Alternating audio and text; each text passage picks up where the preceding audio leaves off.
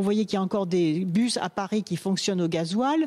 Arrêtons de donner des leçons de morale, mais prenons des décisions qui protègent la santé publique parce qu'on aura fait la révolution verte dans le domaine du transport propre. Je ne crois pas que l'écologie doive être prise en otage par un parti politique juste avant les élections. Il faut respecter les gens.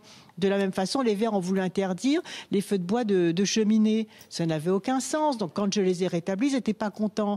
Mais on ne peut pas mener des décisions d'écologie punitives qui perturbent les gens, qui entraînent de graves perturbations de la vie quotidienne, si ça n'est pas efficace. Donc, il faut des politiques efficaces, des politiques coordonnées, des politiques structurées et des politiques durables. Ségolène Royal, juste une question. On sent bien qu'il y a deux aspects dans cette problématique. Il y a la problématique, évidemment, de santé publique et vous l'avez noté, il y a également la problématique politique et notamment le positionnement de Cécile Duflot, ancienne ministre, et puis qui désormais tape à tout va sur le gouvernement.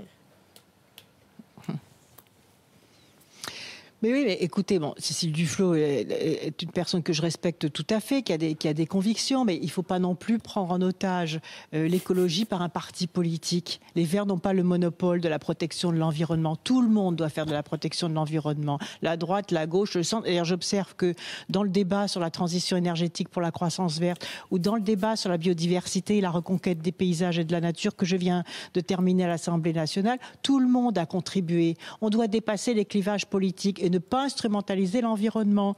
Ou alors, il faut montrer que sur le terrain, on a fait ses preuves. Cécile Duflot, elle est élue à Paris, par exemple. Est-ce qu'elle a réuni, je lui dis gentiment, toutes les entreprises de sa circonscription pour qu'elles mettent en place un plan de covoiturage, par exemple? Est-ce que sur son territoire, il y a encore des bus qui roulent au gasoil?